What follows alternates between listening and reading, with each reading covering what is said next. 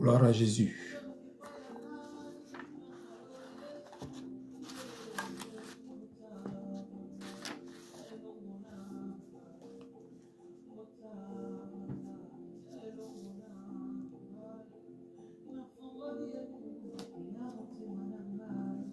Merci Seigneur Jésus.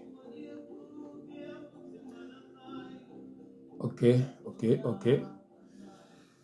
Merci, que Dieu soit loué, que Dieu vous bénisse.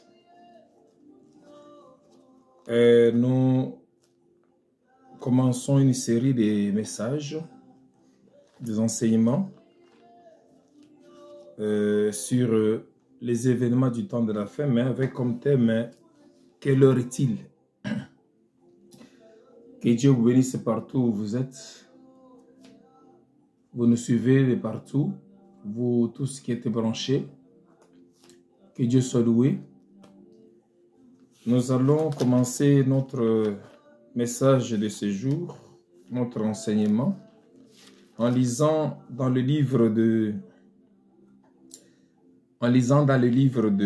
Matthieu, chapitre 16, verset 1 à verset 4. Nous allons lire dans le nom de Saint Jésus, Matthieu, chapitre 16, verset 1 à 4. Je dis au nom de Saint Jésus, les pharisiens et les sadducéens abordèrent Jésus et pour l'éprouver, lui demandèrent de leur faire voir un signe venant du ciel. Jésus leur répondit, le soir vous dites il fera beau car le ciel est rouge. Et le matin, il y aura de l'orage aujourd'hui car le ciel est d'un rouge sombre. Vous savez discerner l'aspect du ciel et vous ne pouvez discerner les signes des temps.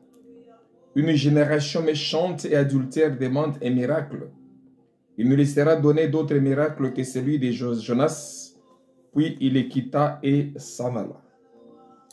Que Dieu bénisse la parole, que Dieu accorde bénédiction à sa parole. Notre thème que nous voulons développer dans ce mois de décembre, afin d'arriver à la fin de cette année, si Dieu le veut, parce que c'est un sujet eschatologique très important, très abondant, sur le thème « Quelle heure? Quelle heure est-il » Donc nous parlons des événements du temps de la fin pour éveiller l'esprit des enfants de Dieu, qu'ils sachent en quel temps nous sommes et quelle heure est-il sur le plan spirituel. La Bible dit que les pharisiens et les sadducéens, ils abordèrent Jésus-Christ pour l'éprouver. Ils voulaient l'éprouver et lui demandèrent de leur faire voir un signe venant du ciel. Quand on parle du signe, un signe venant du ciel démontre le temps, n'est-ce pas? Comme Dieu avait placé, parce que l'Écriture dit que Dieu avait placé des signes, des luminaires dans le ciel, n'est-ce pas, pour présider au temps. Et quand on parle des signes, on sait que les signes marquent le temps. C'est comme ça que Dieu avait fait quand il a créé.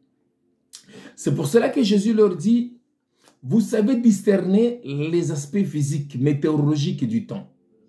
Vous savez discerner s'il va pleuvoir, s'il fera chaud, s'il fera froid, sur le plan météorologique, sur le plan physique. Mais par contre, vous ne savez pas discerner, vous ne pouvez pas discerner les signes spirituels du temps. Les signes spirituels du temps. Alléluia. Alors, en quel temps nous sommes sur le plan spirituel en ce qui concerne le plan de Dieu pour le salut de l'humanité? L'Église de Dieu est dans la distraction. L'Église de Dieu est dans les futilités. L'Église de Dieu ne sait pas discerner le temps spirituel dans lequel nous nous trouvons aujourd'hui afin de se préparer pour l'enlèvement. Ça, c'est important. En quel temps nous sommes sur le plan spirituel en ce qui concerne le plan de Dieu pour le salut de l'humanité? Dans Luc chapitre 21, versets 5 à 7, nous allons lire hein, les soucis des gens. Parce que même à l'époque de Jésus, quand il parlait, il disait aux gens, répentez-vous, car le royaume des cieux est proche. Le royaume des cieux. Jésus-Christ parlait du royaume. Jésus-Christ parlait de l'établissement de son royaume en enlevant tous les royaumes de cette terre. Il dit ici, ici c'était une question des disciples concernant la destruction de Jérusalem et l'avènement du Fils de l'homme. Verset 5, comme quelques-uns parlaient des belles pierres et des offrandes qui faisaient l'ornement du temple, Jésus dit, les jours viendront où de ce que vous voyez, il ne restera pas pierre sur pierre qui ne soit renversée. Ils lui demandèrent alors, Maître, quand donc cela arrivera-t-il et à quel signe connaîtra-t-on que ces choses vont arriver? Les disciples étaient dans les soucis. Vous sentez les soucis qu'ils avaient, n'est-ce pas, par rapport à l'avènement du Fils du Seigneur, du Fils de l'homme, du Seigneur, et par la suite, la fin des temps. La fin des temps arrivera quand? Et quels sont les signes qui montrent que nous sommes à la fin des temps? Pour que les enfants d'Israël, n'est-ce pas, ou les enfants de Dieu, je voudrais dire, l'Église de Dieu ne soit pas dans la distraction.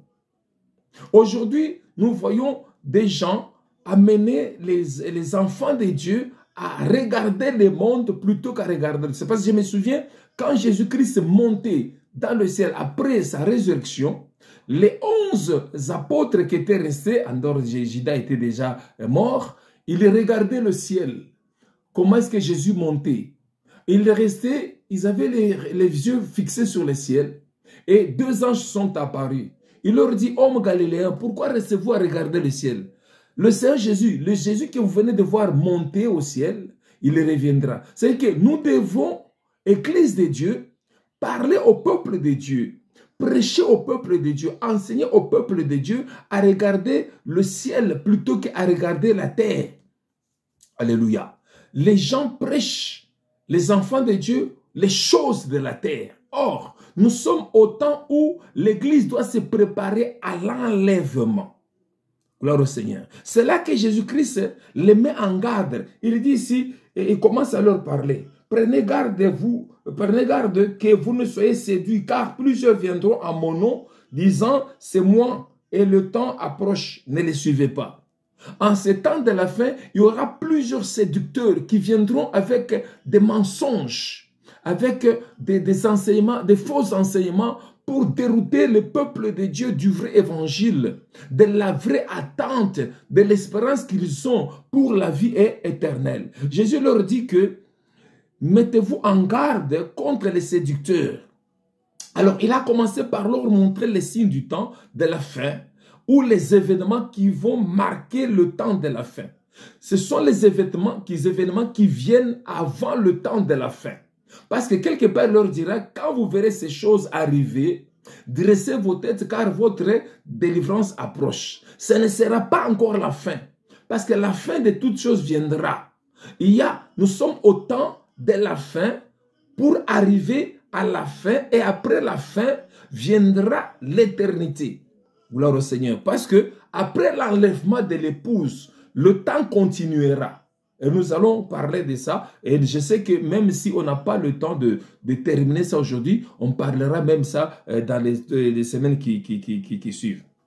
Alors, Jésus leur parle en disant que voilà, quand vous entendrez parler de guerre, de soulèvements, ne soyez pas effrayés, car il faut que ces choses arrivent premièrement, mais ce ne sera pas encore la fin.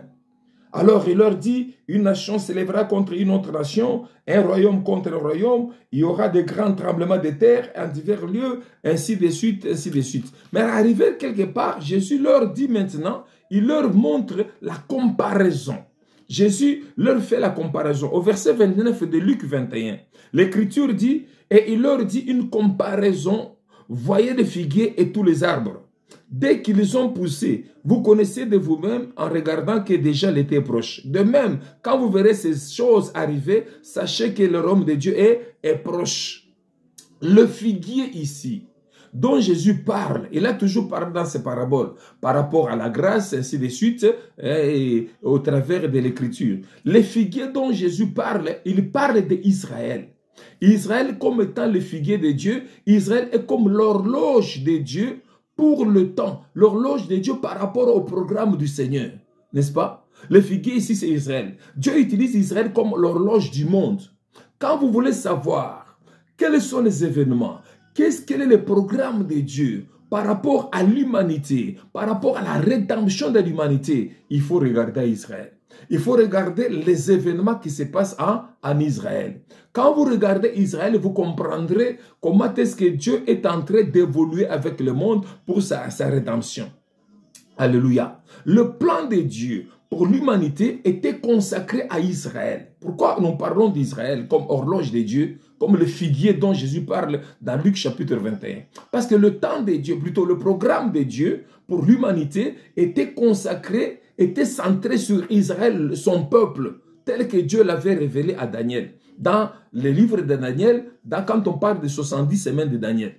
Donc la déportation d'Israël vers les nations constituait le temps des nations. Parce que je vous ai déjà dit dans un de mes enseignements que Israël n'a pas le même temps que les nations. Dieu ne sauve pas Israël en même temps que les nations.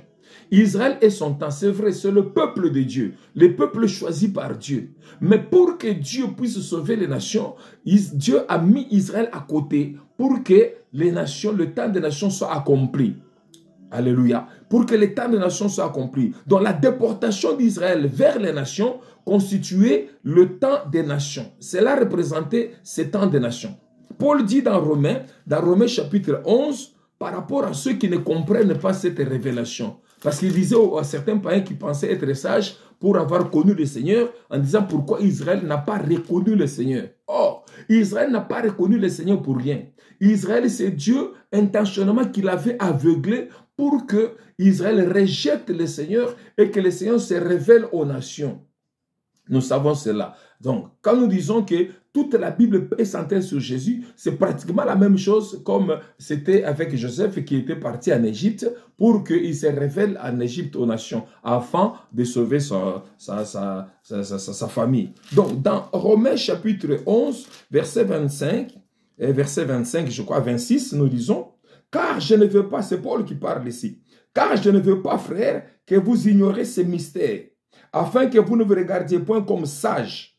C'est qu'une partie d'Israël est tombée dans l'endurcissement. » Une partie d'Israël est tombée dans l'endurcissement jusqu'à ce que la totalité des païens soit entrée. Ainsi, tout Israël sera sauvé, selon qu'il est écrit, le libérateur viendra de Sion et il détournera de Jacob les impiétés. Donc Israël n'est pas tombé dans l'endurcissement de lui-même. Dieu a voulu qu'Israël tombe dans l'endurcissement afin que les nations soient sauvées. Vous allez comprendre ici que nous, les nations, nous sommes sauvés en tant qu'individus. C'est-à-dire que Dieu est venu aux nations pour se choisir un peuple qui porte son nom. C'est que celui qui croit. C'est que parmi les nations, il s'est choisi, n'est-ce pas, des gens qui croient en lui. Et parmi ces gens-là, il forme son église. Parmi ces gens-là, il prend son épouse.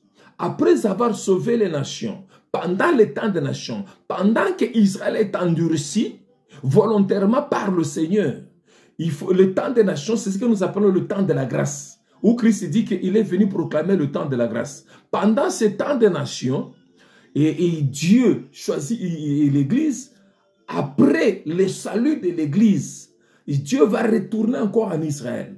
Après la montée, l'enlèvement de l'Église, Dieu retournera encore en Israël pour le salut d'Israël.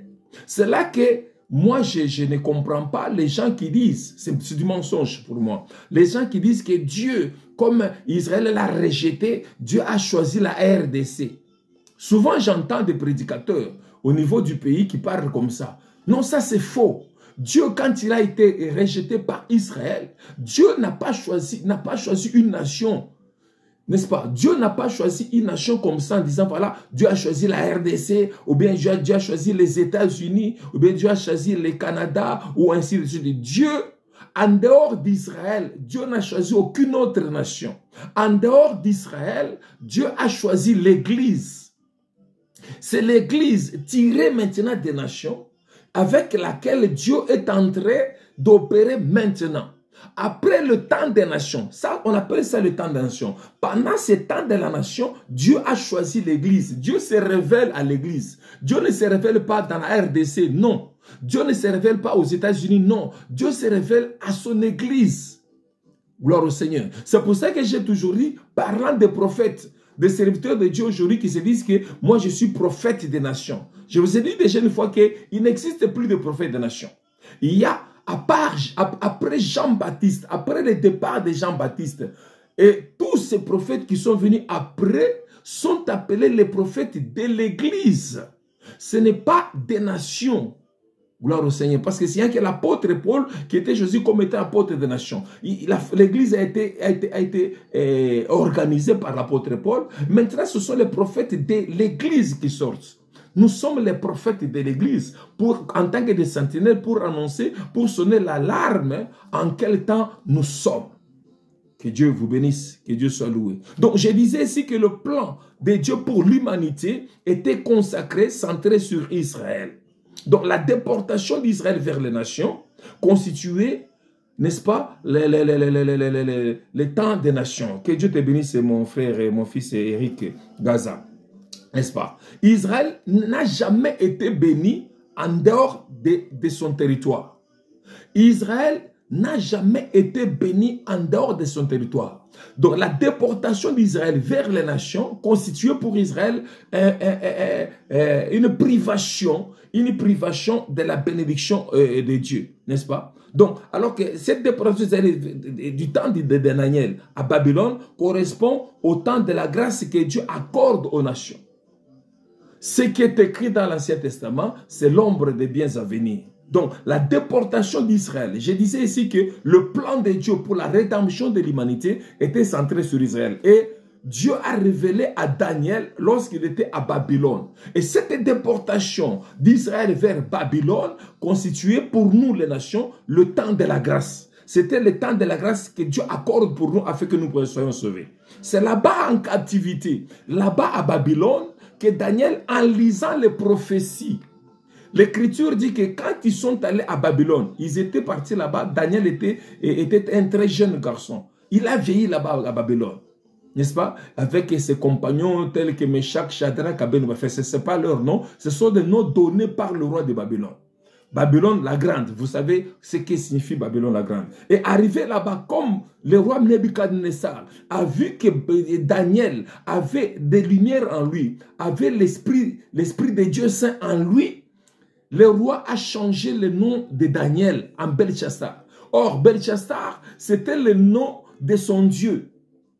Vous comprenez? Exactement comme on voit dans, je ne vais pas citer le nom de cette église-là, dans cette église où on vénère les saints, ainsi de suite. Donc, Babylone, Babylone la Grande, la confusion, quand Daniel est parti là-bas, ayant remarqué en lui l'Esprit Saint, l'Esprit de Dieu Saint, Nebuchadnezzar a changé son nom. Il a donné à Daniel le nom de Belchassar, le même nom qu'il a donné à son fils qui avait succédé au trône. Belchassar, c'était le nom du dieu de Nabucodonosor, Nebuchadnezzar pour d'autres. C'est là-bas en captivité que Daniel, en lisant les prophéties, les livres de prophéties de Jérémie, Jérémie, en prophétisant sur la déportation d'Israël vers Babylone, n'est-ce pas? Vers Babylone, il a prophétisé, il a dit qu'ils vont passer en captivité pendant 70 ans. Pendant 70 ans qu'Israël va passer en captivité, lorsque Daniel a lu les prophéties, il a vu que le temps est arrivé à la fin pour qu'Israël soit libéré maintenant, pour qu'Israël rentre dans son territoire. C'est là que Daniel a commencé à prier. Il a commencé à prier en confessant les péchés de ses pères. Dans Daniel chapitre 9. Gloire au Seigneur. Vous verrez que quand Jérémie avait prophétisé pour la déportation, parce qu'il disait à Israël qu'il vaudrait mieux que vous puissiez partir, parce que si vous ne partez pas, vous mourrez tous ici. Vous connaissez l'histoire. Et il a même pris, évidemment ça ce n'est pas dans le canon ici, si vous lisez dans le livre des Deutérocanoniques, vous verrez, je crois dans Maccabée, quelque chose comme ça, que Jérémie avait pris même l'arche de l'Éternel. Il était monté dans les montagnes pour aller le cacher cela. pour cacher cela. Après, les anciens d'Israël ont suivi Jérémie pour aller chercher où se trouvait l'arche. Depuis ce temps-là, l'arche n'a jamais été retrouvée. Jérémie l'avait cachée. Gloire au Seigneur. L'arche n'a jamais été retrouvée parce qu'il était caché jusqu'au retour. Nous sommes au temps de la grâce. Et cette arche-là, jusqu'à aujourd'hui, cette arche, vous verrez dans l'Apocalypse, dans la suite des enseignements que nous allons voir, cette arche va réapparaître dans le temple de Dieu qui sera révélé à Jean dans l'Apocalypse. C'est pour cela que Osée quelque part dit que le peuple d'Israël restera pendant un temps sans éphod, sans loi, sans arche. Alléluia. Que Dieu te bénisse, Yoshua. Que Dieu soit loué. Dans Daniel chapitre 9, versets 1 à 3, ce que je viens de lire ici, la prière de Daniel. Daniel, pour votre info, est considéré comme l'Apocalypse dans l'Ancien Testament. De même que l'Apocalypse dans des gens dans le Nouveau Testament, mais le livre de Daniel est composé, est considéré comme étant l'Apocalypse de l'Ancien Testament. Daniel chapitre 9, versets 1 à 3. La première année de Darius, fils d'Assurus de la race des Mèdes, lequel était devenu roi du royaume des Chaldéens, la première année de son règne, moi Daniel, je vis par les livres qui devait s'écouler 70 ans pour les ruines de Jérusalem, d'après le nombre des années dont l'Éternel avait parlé à Jérémie le prophète. J'ai tourné ma face vers le Seigneur, Dieu, afin de recourir à la prière et aux supplications en jeûnant et en prenant le sac et la cendre. Daniel a prié pour que Dieu délivre, pour que Dieu libère son peuple d'Israël en confessant les péchés de ses pères. Vous comprenez? Alors, en réponse à la prière de Daniel, l'ange Gabriel, lui-même dit que l'ange, l'homme avec qui je parlais, Gabriel, l'ange Gabriel a été envoyé à Daniel par Dieu pour révéler maintenant le plan de Dieu à Daniel par rapport à la rédemption de l'humanité. Cette rédemption de l'humanité, bien aimé, était centrée sur Israël, pas sur les nations. Comprenez-moi, c'est très bien. Était centré sur Israël. Vous verrez, c'est là que l'ange vient, il vient parler à Daniel pour lui dire que 70 semaines, Daniel priait pour les 70 ans de captivité. Mais l'ange Gabriel, lorsque Daniel a commencé à prier, le bien-aimé de Dieu, Dieu maintenant, ma soeur Kabedi, Dieu te bénisse, Dieu maintenant a envoyé son ange Gabriel pour révéler à Daniel son plan. Ici, je ne parle pas des 70 semaines de Daniel. Parce que les 70 semaines de Daniel, ça, évidemment, on parlera un jour, une fois. Maman Gisèle, que Dieu te bénisse. Je parle des 70 semaines, enfin pas de tous les 70 semaines de l'année, mais je voudrais parler de l'Église, du temps de grâce que Dieu a accordé à l'Église. J'espère que vous me comprenez bien.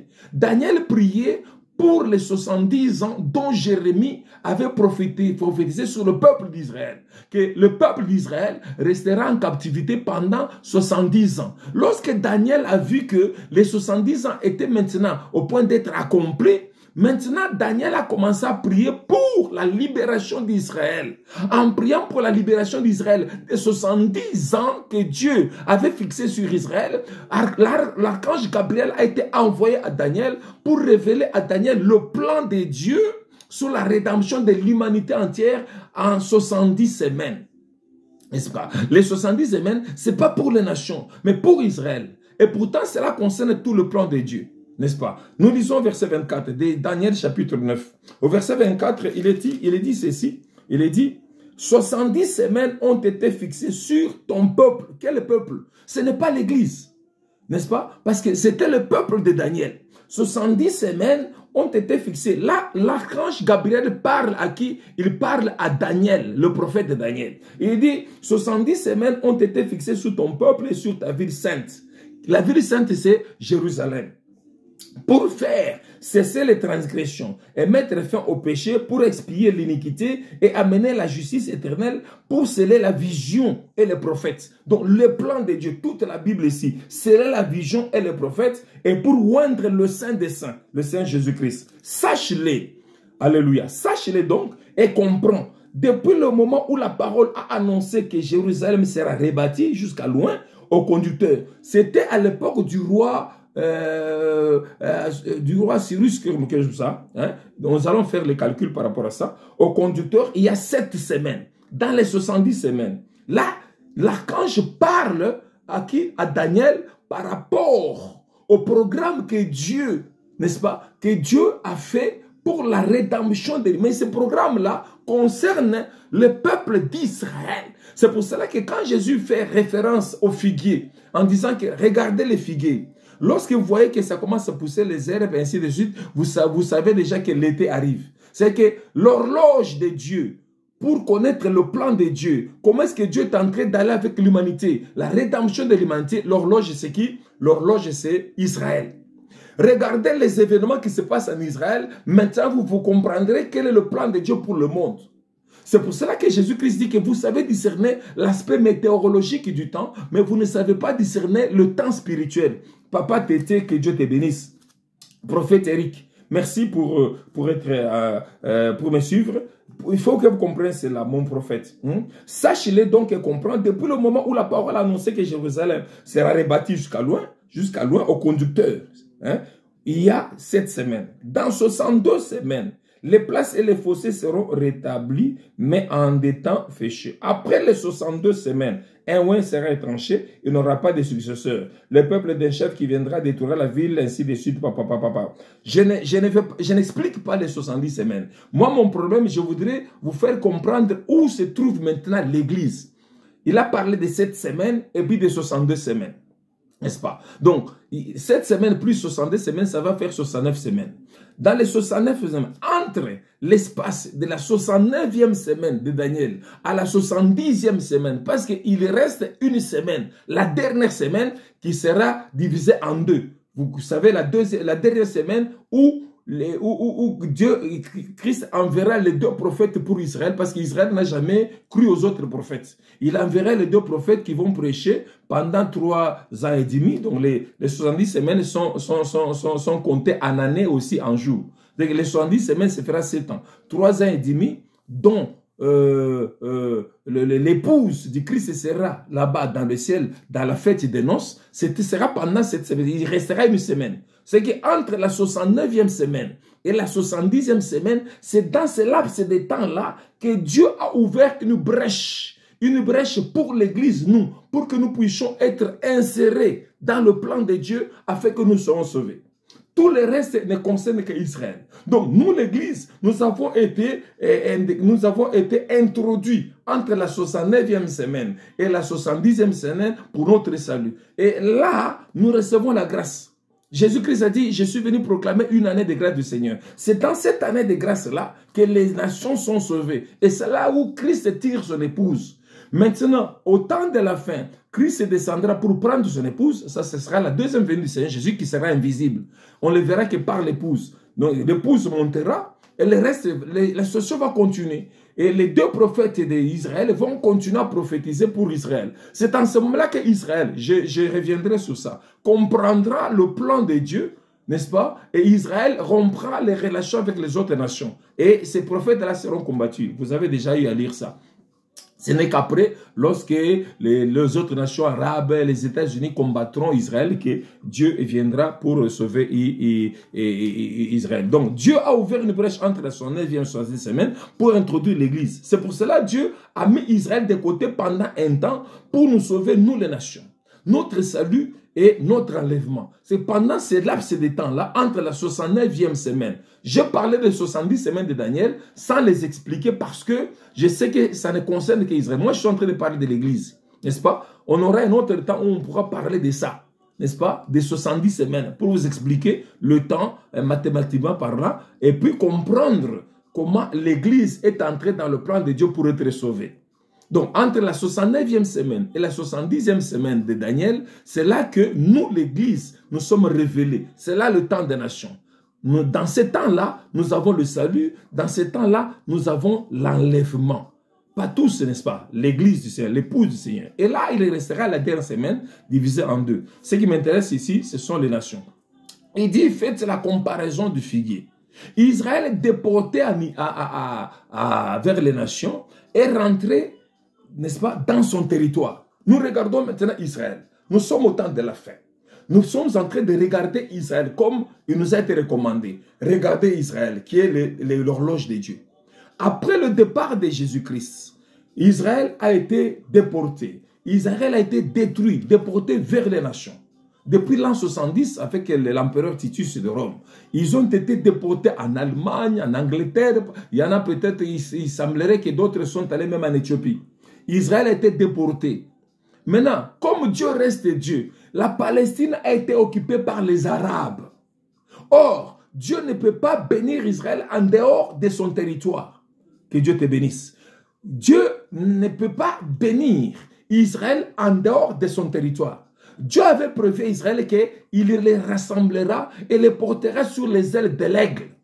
L'histoire, ceux qui connaissent l'histoire savent que après la Deuxième Guerre mondiale, l'ONU a reconnu l'État indépendant d'Israël et ils ont été ramenés chez eux. Il semblerait que le grand bateau qui ramenait Israël vers son territoire, qui ramenait les Juifs vers leur territoire, s'appelait comme par hasard Exodus. C'était le deuxième exode, en dehors du premier exode où Israël était sorti de l'Égypte pour aller en Canaan. Mais le deuxième exode a été fait en 1948. C'était au mois de mai, le 14 mai je crois. Et l'État indépendant d'Israël. Donc l'ONU a reconnu l'État indépendant d'Israël. Israël est retourné maintenant dans son territoire. Il est retourné dans son territoire, pourquoi? Pour attendre maintenant son temps. Maintenant, imaginez, Israël est retourné au temps, ou plutôt dans son territoire. Dès qu'Israël est retourné dans son territoire, nous les nations, nous devons savoir que le temps des nations maintenant est compté. Pourquoi? Parce que si Dieu a fait retourner Israël dans son territoire, c'est pour que maintenant il s'occupe d'Israël. Alors, pour s'occuper d'Israël, il ne va pas s'occuper d'Israël en même temps que les nations. Gloire au Seigneur. Je continue à lire ici dans Luc pour que vous puissiez comprendre un peu cela. Donc, la fin avec le temps des nations est en train d'arriver, n'est-ce pas, avec le rétablissement d'Israël dans son territoire, n'est-ce pas. Maintenant, le temps des nations est en train d'arriver à la fin, avec les événements annoncés par Jésus-Christ. Les événements que Jésus a annoncés à la fin, vous verrez ceci, vous verrez ceci. Même les apôtres, l'apôtre Paul dit à Timothée, sache que dans les derniers temps, seront des temps difficiles, les hommes seront ceci. Nous voyons le pédérisme, le lesbianisme, les lesbianismes, nous voyons l'homosexualité, nous voyons des guerres par-ci par-là, un royaume contre un autre royaume, l'amour du plus grand nombre diminuera. Je ne vais pas revenir sur ça, hein, pour éviter de perdre beaucoup de temps. Je vais quand même lire quelques événements cités ici par l'apôtre Paul, qui était aussi prophète. Il dit, sache que, 2 Timothée chapitre 3, sache que dans les derniers jours, il y aura des temps difficiles, car les hommes seront égoïstes, amis de l'argent, fanfarons, hautains, blasphémateurs, rebelles à leurs parents, ingrats, irréligieux, insensibles, déloyaux, calomniateurs, intempérants, cruels, ennemis des gens de bien, traîtres, emportés, enflés d'orgueil, aimant le plaisir plus que Dieu, ayant l'apparence de la piété, mais régnant ce qui en fait la force, éloigne-toi de ces hommes-là. Donc, tous ces signes-là, nous sommes en train de les voir. La maladie, la peste, il y a eu le Covid, il y a eu ceci, cela. Ce sont les signes qui montrent que nous sommes en train d'arriver au temps de la fin. Mais, ce n'est pas encore la fin. Mon frère, papa, tété, ce n'est pas encore la fin. Nous sommes en train d'aller vers la fin. Lisons Luc chapitre 21, verset 20. Et nous allons monter jusqu'au verset, jusqu'au un peu plus là. Luc chapitre... alors, là, Jésus-Christ a parlé de tous les événements. Depuis qu'Israël a été envahi et déporté et jusqu'au retour d'Israël. À partir du verset 20, il dit, lorsque vous verrez Jérusalem investie par des armées, sachez alors que sa désolation est proche. Alors que ceux qui sont en Judée fuient dans les montagnes. Là, c'est l'événement qui s'était passé dans l'an 70 après Jésus-Christ. Comme ils ont rejeté pour les punir, Dieu les a déportés. Afin que pendant ce temps de déportation, Dieu se tourne vers nous, les païens. Nous, les nations. Maintenant, nous, les nations, nous sommes sauvés. Car ce seront des jours de vengeance pour l'accomplissement de tout ce qui est écrit. Malheur aux femmes qui seront enceintes et à celles qui allaiteront ces jours-là. Car il y aura une grande détresse dans le pays et la colère contre ce peuple. Ils tomberont sous les tranchants de l'épée, ils seront amenés captifs parmi toutes les nations. Et Jérusalem sera foulée aux pieds par les nations jusqu'à ce que les temps des nations soient accomplis. Est-ce que vous comprenez? Ma soeur Miesta, que Dieu te bénisse. Il dit, ils tomberont. Là, Jésus-Christ prophétisait par rapport à Israël qui serait déporté loin de son territoire afin que les nations, n'est-ce pas, puissent entrer dans le programme de Dieu entre la 69e semaine et la 70e de semaine telle que prophétisée par le prophète. Il dit, ils tomberont sous le tranchant de l'épée, ils seront amenés captifs. Ils ont été déportés en Allemagne, en Angleterre, partout là-bas, en Grèce, n'est-ce pas? Et amenés captifs parmi toutes les nations. Et Jérusalem sera foulée aux pieds par les nations jusqu'à ce que les temps des nations soient accomplis. Pendant ce temps-là, Israël était occupé par la Palestine, l'OLP, l'Organisation pour la libération de la Palestine. Pendant ce temps-là, n'est-ce pas? Alors, Jésus-Christ a prophétisé ces choses-là jusqu'au temps de la nation. Maintenant, comme le temps des nations est en train de toucher à sa fin, qu'est-ce que Dieu a fait? Il est descendu. Depuis 1948, Israël est retourné dans son territoire, n'est-ce pas? Avant que le Fils de l'homme revienne, Israël doit retourner dans son territoire. Verset 29 à 33. Vous allez comprendre ça. Verset 29, il dit, et il leur dit une comparaison. Voyez les figuiers et tous les arbres. Dès qu'ils ont poussé, vous connaissez de vous-même en regardant que déjà l'été est proche. De même, quand vous verrez ces choses arriver, sachez que le royaume de Dieu est proche. Je vous le dis en vérité, cette génération, alléluia, saisissez bien ça. Il dit, je vous dis la vérité, je vous dis là en vérité, cette génération ne passera point que tout cela n'arrive. Le ciel et la terre passeront, mais mes paroles ne passeront point. Ne passeront point. Jésus-Christ dit que cette génération, de quelle génération Jésus parle-t-il, n'est-ce pas, dans ce passage? Il parle des figuiers, qui est l'horloge de Dieu. Et il dit que, regardez, faites la comparaison du figuier et tous les arbres. Dès qu'ils ont poussé, vous connaissez de vous-même en regardant que déjà l'été est proche. Israël est dans son territoire. Donc, les figuiers qui étaient séchés est dans son territoire. Alléluia. Les figuiers qui étaient séchés est dans son territoire. Les figuiers qui étaient maudits est dans son territoire. Maintenant, regardez, les herbes commencent à pousser. Et vous comprenez que l'été l'été approche. Mon fils Jean-Citus. L'été approche. Et comme l'été approche, n'est-ce pas? De même, quand vous verrez ces choses arriver, sachez que le royaume de Dieu est proche. Israël est dans son territoire. L'Église ne dormait pas. Israël est dans son territoire.